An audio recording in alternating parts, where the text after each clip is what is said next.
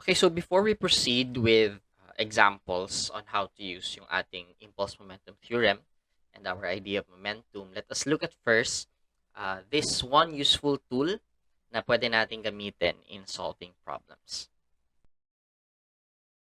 So let us look at itong tatlong vectors that we have here. So we have first, we have a force, 30 newtons, yung kanyang magnitude, and it is to the right. And then we have an impulse here, J, which is 20 kilogram meter per second upward. And you have your momentum here that is 15 kilogram meter per second. The direction is 35 degrees upward and to the left. Now, usually we have expressed vectors in terms of magnitude and direction. Now, dito sa ating examples, ang magnitude nitong vector F natin is 30 newtons. The magnitude of J is 20 kilogram meter per second. Tapos yung magnitude ng ating momentum is 15 kilograms meter per second. Now, our direction, usually, what we did so far, is to express in terms of words. So, dito nakalagay to the right, that is the direction of vector F. Tapos we have here upward, that is the direction of vector J. And then, itong mas mahaba, 35 degrees upward and to the left is the direction of your vector P. Now, ang magnitude, madali lang i-express in terms of mathematical terms or symbols. So, you have 30 newtons. So, that is quite numerical. Pero yung ating direction, we always have used words to describe yung direction ng ating vectors. Now, there is a way to use a mathematical symbol to express yung direction ng ating vectors para yung expression natin ng vectors, the way we describe it, is parang equation form siya. And that tool that we will learn in this video is what we call unit vectors. So an example of a unit vector, let's call it vector R, hat. Tapos meron siyang hat. Now, unit vectors are vectors with a magnitude of 1. And itong 1 na ito, wala siyang unit.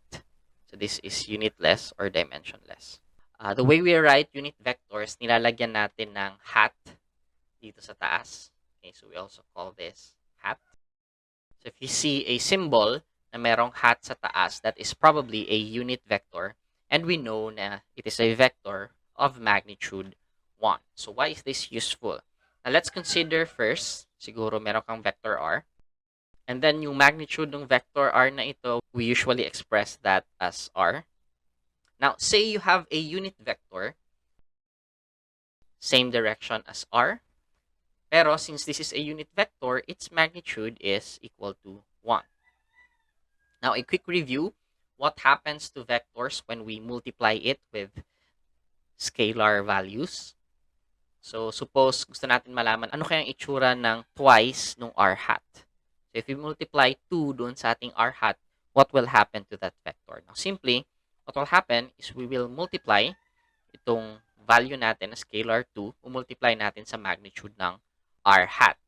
And since the magnitude of r hat is 1, so magiging 2 lang yung magnitude niya. Okay? Same direction, pero na-multiply natin by 2 yung kanyang magnitude. Now, another example, what if 1/2 r hat? Anong itsura niyan?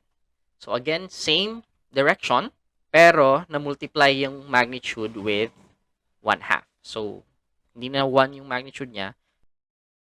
This will have a magnitude of 1/2. Okay, so yan yung itsura ng 1/2 r hat. Now, what if we multiply the magnitude r, yung magnitude nito, i-multiply natin sa r hat. So we will observe the same thing. Same direction, pero the magnitude, instead of 1, magiging r.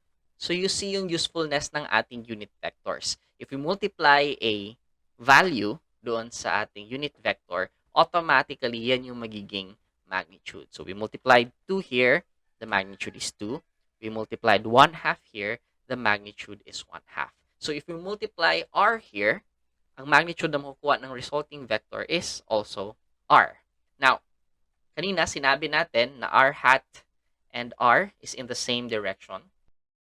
So ibig sabihin, they have the same direction, and since nag-multiply tayo ng r, they now have the same magnitude.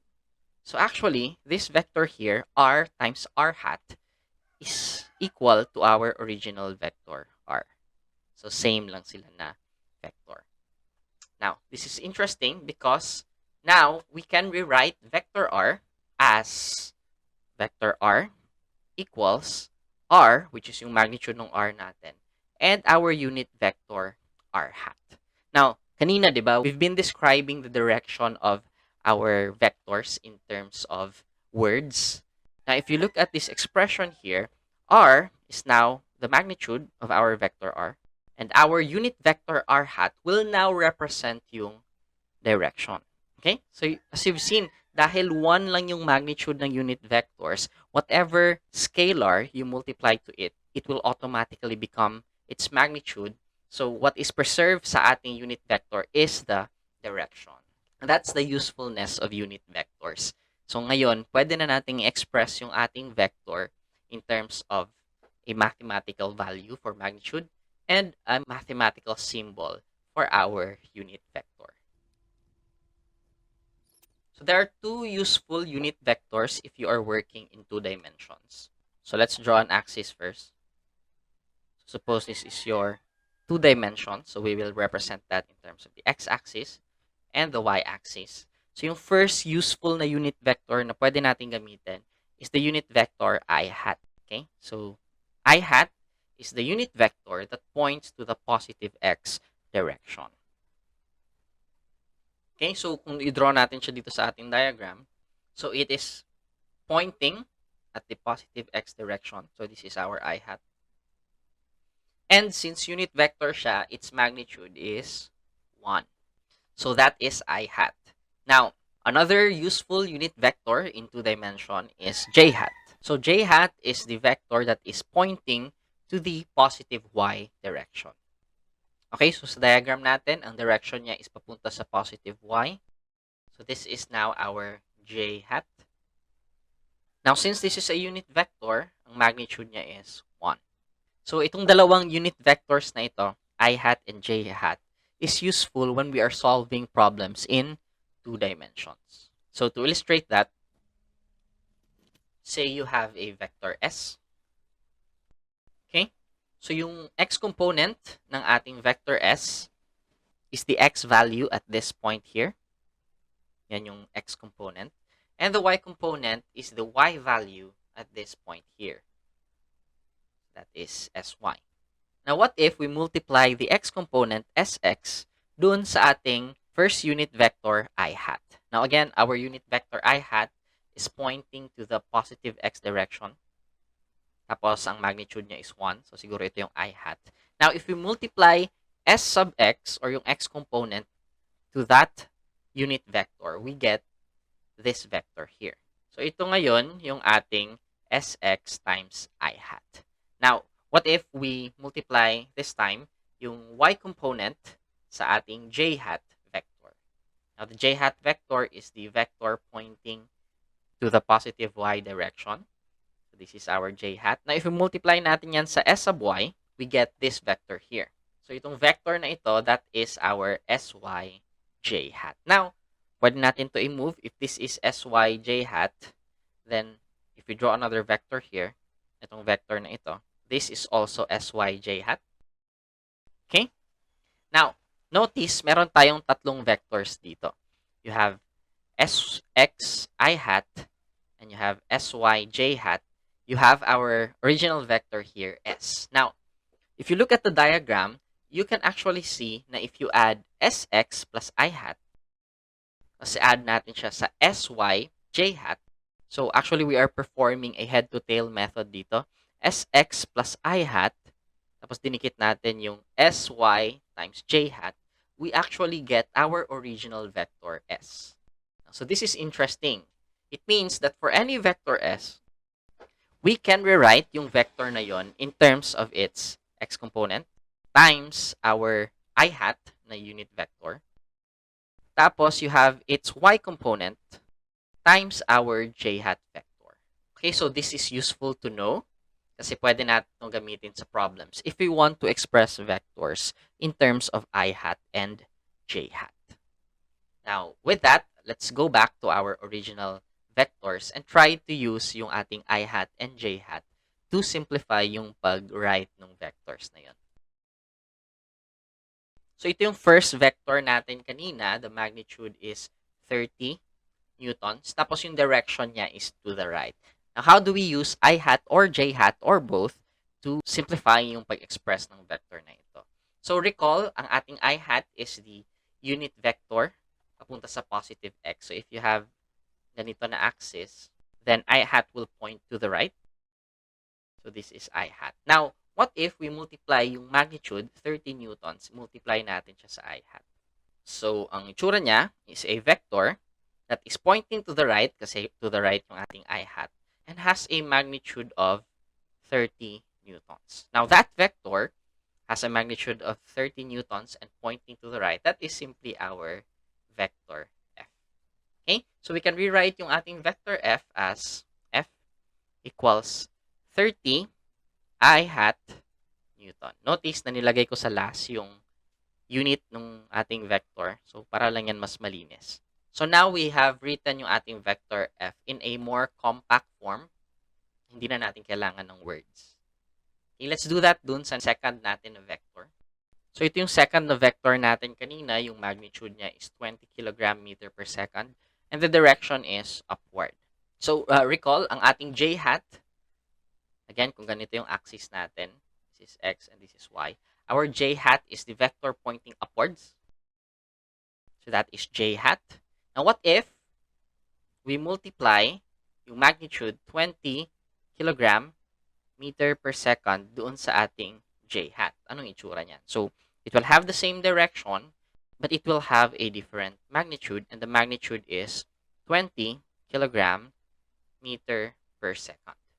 Now, that vector pointing upwards, having a magnitude of 20 kg meter per second, that is simply our vector J. Okay, so we can rewrite itong vector na ito, vector J, as 20 J hat, yung ating unit vector, kilogram meter per second. So again, ilagay ko sa huli yung unit para lang mas malinis tignan. Okay, so na-simplify natin itong expression na ito into this more compact expression ng vector natin.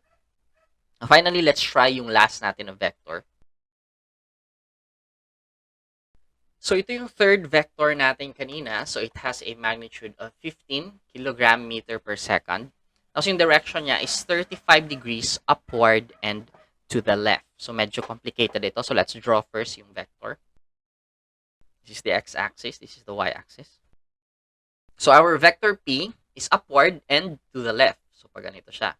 And the angle with respect to the x-axis is 35 degrees. This is now our vector P. In order to express this in terms of unit vectors, let us recall yung nakita natin kanina. With any vector S, we can express in terms of its x component times I hat plus its y component times j hat. So we will use this for vector P. So vector P, we can express that as its x component times I hat plus its y component times j hat. Now, let's solve for the x and y component nitong vector P na ito. Or at least sketch it.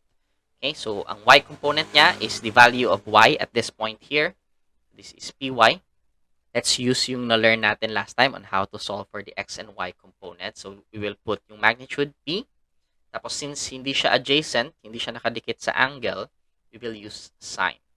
That is sine 35 degrees. So, yun yung y component niya. Now, for the x component, ito yung x component, the value of x here. So, p sub x. And it is equal to, first, it is on the negative x. So, kailangan natin lagyan ng negative. Negative, the magnitude p. And since connected siya sa ating angle, itong ating component na ito is connected sa angle, we will use cosine. Cosine 35 degrees. Okay? So, yan yung py and px. Let's substitute that dun sa equation natin below. Now, let's substitute lang yung magnitude that is 15 kg meter per second so that we could solve this. So, that is... Okay, so solving for this, you should get negative 12.3 kg meter per second times I hat plus 8.6 kilogram meter per second times j hat.